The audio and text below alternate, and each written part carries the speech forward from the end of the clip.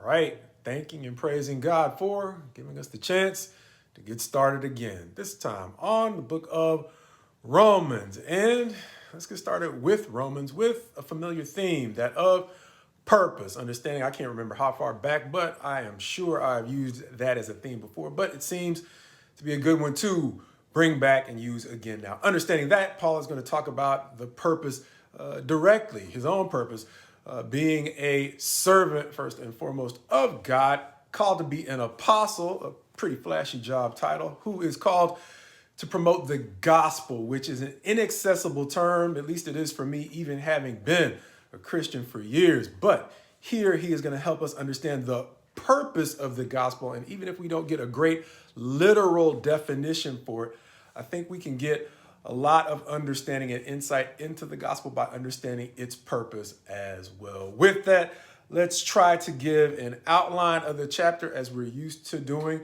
7 points from the chapter, as I'm not so used to doing in trying to shoot for the 5-minute mark. But then let's pull a single theme out of those 7 larger themes. With that, let's just get started, because the first 7 verses seem to talk about Paul and his purpose. As we mentioned, the whole concept of him firmly rooted in his identity as a servant, keeping him grounded. So no matter how great a job he gets, like we said, the flashy job title of apostle doesn't go to his head, because he remembers what he's supposed to be doing in the first place as he goes forward promoting the gospel. Like we said, it's kind of a churchy term, but we can't disrespect the term because it's literally used by Paul. And so let's try to get a better understanding of it instead of just dismissing it as churchy. As the second set of verses, verses 8 through 16, we'll talk about his hope, as he will hope to get to actually meet the Romans, even though he has not been there yet. His writing is going to suggest, especially by the time we get to the end of the book, that he has met some of the people there before.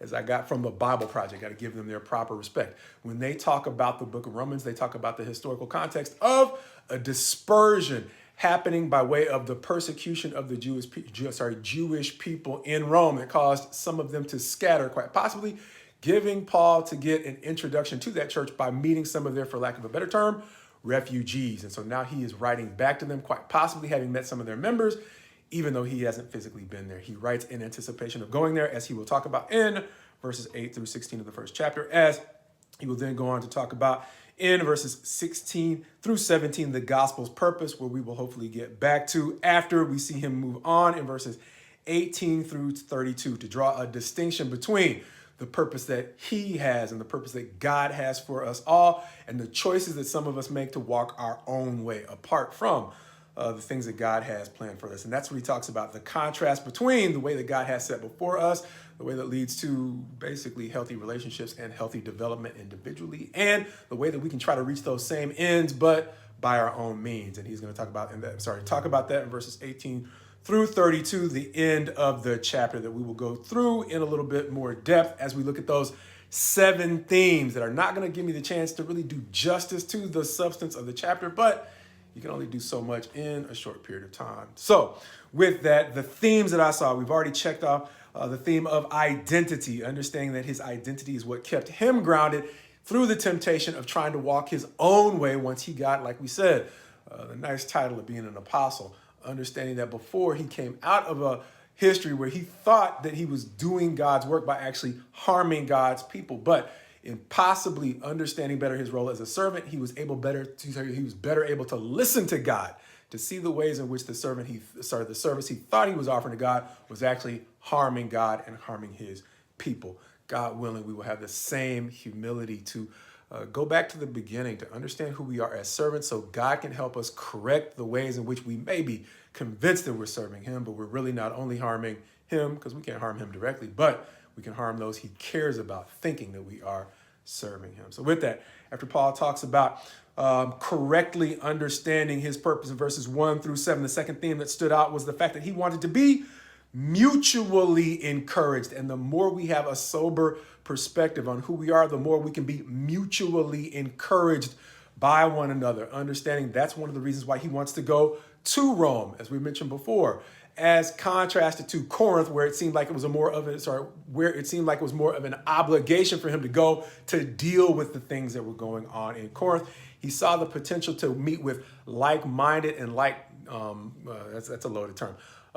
Likely directed people, meaning I can be like-minded. Like I can get together with people who are just as selfish as I am, headed in the same selfish direction. We're just a big old selfish group headed in one direction. But the thing that distinguishes Paul and, God willing, the Romans is they have both given up all the different things they could be selfishly interested in pursuing for together agreeing that they need to focus on more productive purposes, the purposes that God has set out for them. And that is the way they can be mutually encouraging. Otherwise, the alternative is to be the kind of person who seeks out encouraging people, but does it in a way that you're actually a drain because you do not consider the ways in which the people who you are looking for encouragement from likewise need encouragement from you. And so that is sometimes what has been called as being spiritually an emotional vampire, right? Consuming all that you can get from people to meet your emotional needs without considering theirs. Paul distinguishes that kind of pursuit of happiness from the one he hopes to see in Rome, where he can offer something to them, and likewise, they can offer something back to them, mutually helping one another along on a very difficult journey through life, is what I'll call it. But the mutual encouragement is the thing that sets apart what he is hoping to get in Rome, as he will then go on to talk about, like we mentioned before, in the second half of the chapter, that whole concept of the ways in which we can try to get our emotional needs met in unhealthy ways. He's going to say there are times in which we might not necessarily say that I am opposed to God, but in our actions, we might have strayed off into the ways that are not only toxic to other people, but they are actually hostile to God. And he's going to give us red flags for times in which we have strayed off into that path without necessarily realizing. And the first way he is going to say that is in our relationship to the truth. He's going to say that they strayed off by both suppressing and exchanging the truth for a lie. The next thing he's going to describe them as getting involved in is the practice of denial. He's going to say it is fair for God to condemn those who have strayed from him because he has not kept the essential parts of his character secret from any of us. And so if we're going to reject God, it is going to come along with a level of denial that allows us to take in the truth that we're seeing and dismiss it in favor of something else, which leads into that third category of things that can lead us astray, or a red flag when we, with the best of intentions, might have strayed off into some unhealthy practices, understanding that each of us, at least I think at our core, before we have time to be hardened by the difficulties of life, we like the company of other people and the affirmation of other people. And that can be good as long as as long as that affirmation is coming in healthy ways. But sometimes we can crave affection so much that we will compromise our common sense just to be accepted by people. And the third thing he warns about is what some people call today bootlicking. Basically wanting affection or companionship from people so badly that we, in rejecting God, because he seems, for whatever reason, not fulfilling our plan for our life or our ambitions, we can look for companionship in other places that opens us up to manipulation. And so one of the things that the chapter low-key challenges us to consider is, fine, God might not be the one from whom you want to take your marching orders or from whom you would seek counsel or authority. But like we from time to time mention, the old Bob Dylan song goes, you're going to serve somebody. Nobody, other than having the appearance of free agency, is going to get very far in life as a free agent. There are too many powers above us, if you really think it through, that we depend upon to really survive. And a lot of times we lose sight of that the more we grow up in the comforts of the assumptions of a stable environment. We think we are a free agent when we have food, shelter, and safety just pretty much handed to us. But you get outside on your own and you realize that there are powers above your pay grade that have everything to do with whether or not you're actually going to have a stable existence. And so you are going to serve somebody. And in rejecting God, the question is, who are you practically serving? And that is one of the things that Paul seems to low-key challenge us to consider. Even if it's not an overt thing in our mind, one of the things he is saying is there's some red flags that you may want to consider in determining whether or not the authority that you are functionally serving is actually healthy. If you are trying to pursue happiness in a way that's tempting you to either suppress or, exchange the truth for some kind of fiction or spin. Likewise, if you are in a position where in order to maintain your safety, you're engaging in some degree of denial in order to keep the peace. And then finally, if you've gone so far in seeking companionship or guidance that you find yourself bootlicking, you may want to reconsider whether the authority you are under is actually better than the authority you might be rejecting from God. Which goes back to that point that I said seemed to stand out to me, at least at this point, from the chapter, and that being the part about low key. Even if we don't have a great definition of the gospel, we can get insight into the gospel's purpose in verses 16 and 17, I think, which read, "For I am not ashamed of the gospel, for it is the power of God for salvation to everyone who believes, to the Jew first and also to the Greek. For in it the righteousness of God is revealed from faith to faith. As it is written, the righteous shall live by faith." And verse 17 seems to sum up the purpose of the gospel. For in it the righteousness of God is revealed. That seems like churchy language as well until you look at the definition of righteousness that we have looked at as we've gone through the book of Romans. Low key, we've already pretty much concluded the book of Romans. I'm doing the short lessons afterward. And one of the things that we discovered was righteousness in a lot of ways is just another way of saying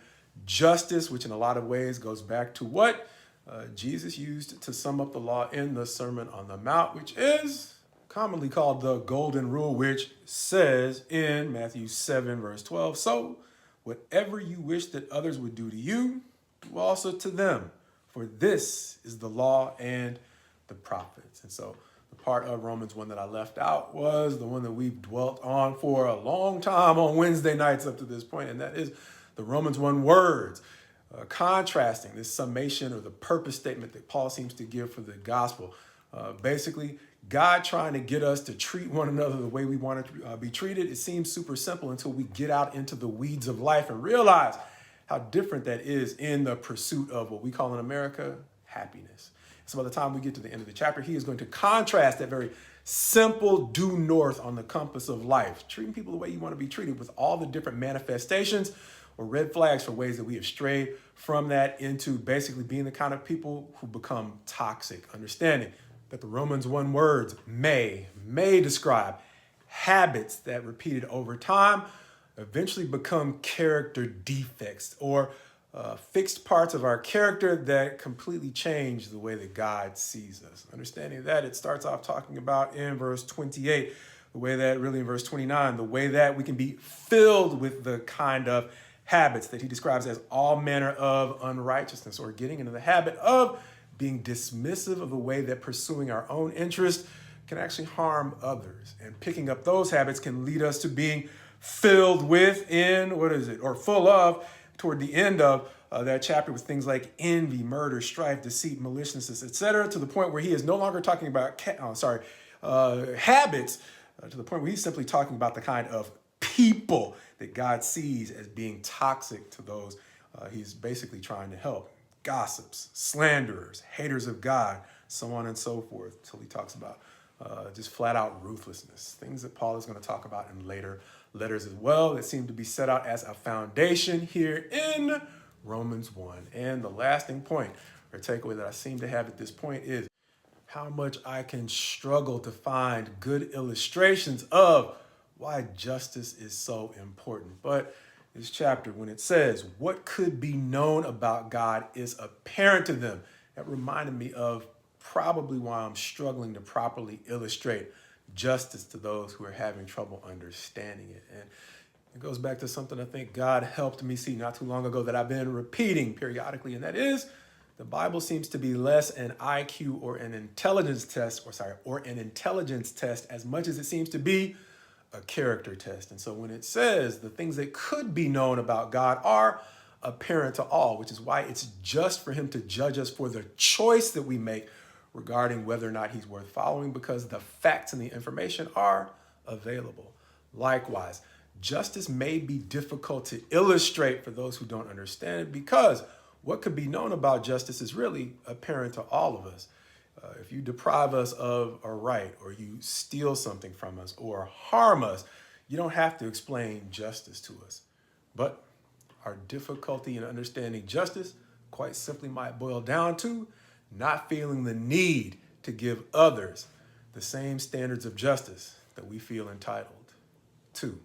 Thus, Jesus' emphasis on the golden rule, or what more and more seems to me as due north on a healthy moral compass, a theme that Paul is going to seem to develop throughout the book of Romans as he will continue to go back to this concept of righteousness.